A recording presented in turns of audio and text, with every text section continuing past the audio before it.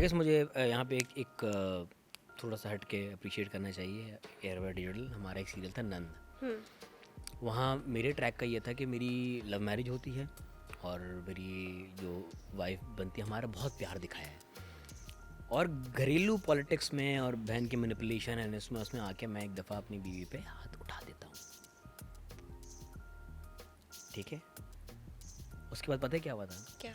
वो ट्रैक लोगों ने इतना पसंद किया था, लेकिन जब वो लड़की छोड़कर गई है ना, दोबारा घर में वापस नहीं आई। क्यों आएगी वापस? यस, और यही मैसेज देना था। यस। और आप अच्छी बात, मुझे पता है अवाम की क्या अच्छी बात लगी, हम कमेंट्स भी पढ़ रहे थे यूट्यूब पे नीचे, तो मैं यहाँ पे पागल होता जा रहा हूँ कि मेरी बीवी चलेगी और बेटी भी है उसके पास, लाइक बेटी की डिलीवरी होने वाली है, और उस पूरे सफ़र में उसकी डिलीवरी हो गई, इसने अपनी बेटी को नहीं देखा, बीवी को नहीं देखा। That's the punishment for you. 1 साल गुजर गया और उसने बोला कि आज मेरी बेटी की ना पहली सालगिरह होगी, और अपने भाई से रोते हुए, लास्ट एपिसोड उसका हमने उस तरह शूट किया था कि जो आज मेरी बेटी की पहली सालगिरह होगी, लेकिन मेरी अपनी गलती की वजह से ना मैं अपनी बेटी को देख सका आज तक, ना अपनी बीवी को दोबारा देख सका। हाँ बिल्कुल। And the I question, guess वो शायद देखने वाले जो मर्द हजरात थे, आई गेस किसी दो ने भी सीख लिया ना कुछ, तो बहुत है। Also it's for the daughter. जब वो Yes. बड़ी होगी उसे पता चलेगा कि मेरे बाप ने मेरी माँ पे हाथ उठाया था, वो क्या सोचेगी? बाप की तो कोई इज्जत नहीं हुई ना। Yes, it's for the daughter's future as well. Yes. तो अच्छा भाई, क्योंकि ड्रामे की बात ही निकली है, तो हमारे ड्रामों में जो ये कैरेक्टर्स दिखाए जाते हैं अब मर्दों के, स्पेशली कुछ बहुत अच्छे भी होते हैं, ऐसा नहीं है, मेजॉरिटी बहुत अच्छे होते हैं, बट कहीं ना कहीं बीच में कोई ऐसा एक कैरेक्टर आ जाता है कि जो नाम से तो अल्फा मेल होता है, लेकिन वो टॉक्सिक होता है।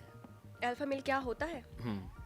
अल्फा मेल क्या होता है? नहीं, मैंने कहा भाई बहुत सारे ड्रामा में हमारे जो कुछ हीरोज़ हैं उनको बहुत अच्छा पॉजिटिव दिखाया जा रहा था, लेकिन कहीं ना कहीं वो एक टॉक्सिक हीरो भी कहीं बीच में एक आ जाता है, और फिर उसको नाम दिया जाता है कि अल्फा मेल है ये।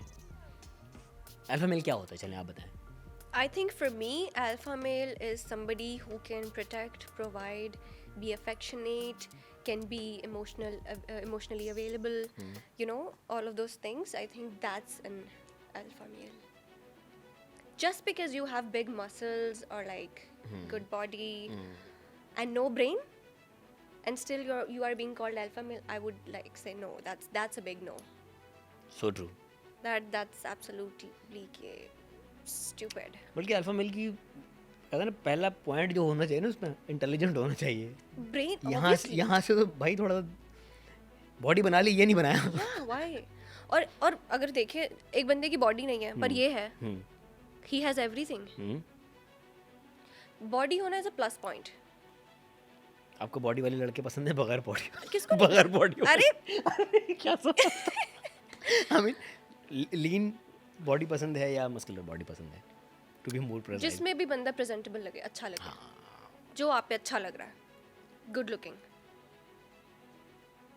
कोई स्पेसिफिक वो नहीं है कि नहीं मुझे तो यही पसंद है। ठीक है। अच्छा आप वैसे ज़्यादा किस देखो, एक तो पर्सनैलिटी होती है इंसान की, एक उसका कैरेक्टर होता है, Yeah. एक अपीयरेंस होती है। अपीयरेंस वाइज मैं इसको इसलिए तीनों को मैंने डिवीजन किया है। अपीयरेंस वाइज जेनिस किन तरह की बॉडी टाइप्स पे ज़्यादा लाइक अट्रैक्ट होती है, पसंद Tall. आती हैं? Broad, good looking, that's it. बस कोई मेरी बहुत सारी वो नहीं है कि नहीं ये हो वो, जस्ट टॉल हो मुझसे, टॉल हो, हाँ, ब्रॉड हो, या स्ट्रांग हो। स्ट्रांग हो। इतनी कोई नहीं, तीन तो वैसे गिना दिए भाई, वेरी गुड। थोड़ा rough tough, you know, rough tough, manly. Manly होना बहुत ज़रूरी है। Yes, I like manly guys. और वो मैनली सिर्फ बॉडी से नहीं, माइंड से भी है। माइंड से भी, एब्सोल्युटली, बहुत यस बहुत बहुत फर्क पड़ता है। Yes yes yes. कुछ होते हैं जो मेन द आल्सो एक as a woman, if I say, एक मर्द में जो सबसे अट्रैक्टिव चीज होती है, that's his brain. Yes, intelligence. Bodies और गुड लुक्स तो चलो एक आपका प्लस पॉइंट निकल आता है, but if he has the brain, you have everything. Main problem मैं बता रहा हूँ ना कि कुछ लोग ऐसे भी हैं जो हैं तो मेल कैटेगरी में, बट यहाँ से वो मेल नहीं होते। कितना वैसे ये मतलब वो एक हमारे पे क्राइटेरिया बना दिया गया ना कि कोई अगर एक मर्द है जो मर्द इनफ नहीं है, तो कहता है, ये तो औरत है। ये भी नहीं करो यार, है ना। ये नहीं करो, किसी जेंडर को यूज़ करके उसकी बेइज्जती ना करो। वो बदतर है। वो मतलब वो आप उसको किसी जेंडर में काउंट ही ना करें, फिर वही बात होगी ना, जनरलाइज करने वाली बात है। इट्स सो कॉमन कि इट्स मतलब ख़वातीन का रुतबा फिर आप गिरा रहे हो ना यार अपनी बेइज्जती में। अगेन हाजिम मेरी शो में तो उन्होंने बड़ी अच्छी बात की थी कि हम किसी को रिडिकूल करने होते हैं मर्द को, तो उसके लिए ख़वातीन का वर्ड यूज़ करते हैं या उसके लिए कोई लाइक वहाँ की टर्म यूज़ करते हैं उस जेंडर से रिलेटेड, तो ये ना करें। वहाँ के रिश्तों के नाम यूज़ करते हैं, दिस इज़ सो रॉन्ग। अब जैसे फुप्पो, मैं वही उसी पे आ रहा था, मैं नाम नहीं ले रहा था, लेकिन अगेन मुद्दा वही है। कहूँगी, हम कहते हैं ना कि फुप्पो तो आग लगाने के लिए होती है, फुप्पो ये फुप्पो। I am a फुप्पो my self, ठीक है, और मुझे पता है मैं कैसी हूँ उनके साथ।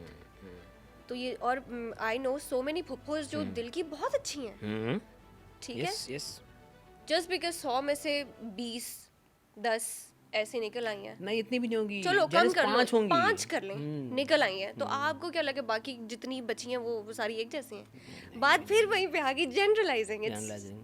और अब देखिए वक्त का तकाजा ये है कि पहले फुप्पो थी, अब एक नई टर्म भी आ गई है, मामू। जो किसी की ज़मीन हथियाता है, जो किसी का हक मारता है ना, कहते हैं तो मामू है। ये हो रहा है सोसाइटी में।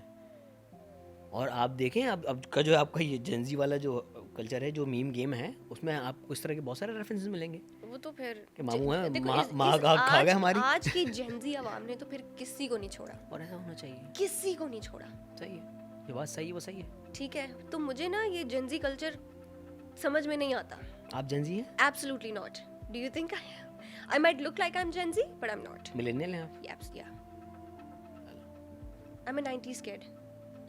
Not a kid anymore, but I'm a 90s person. 90s में किड थी ये कह रही है। Yeah. ठीक।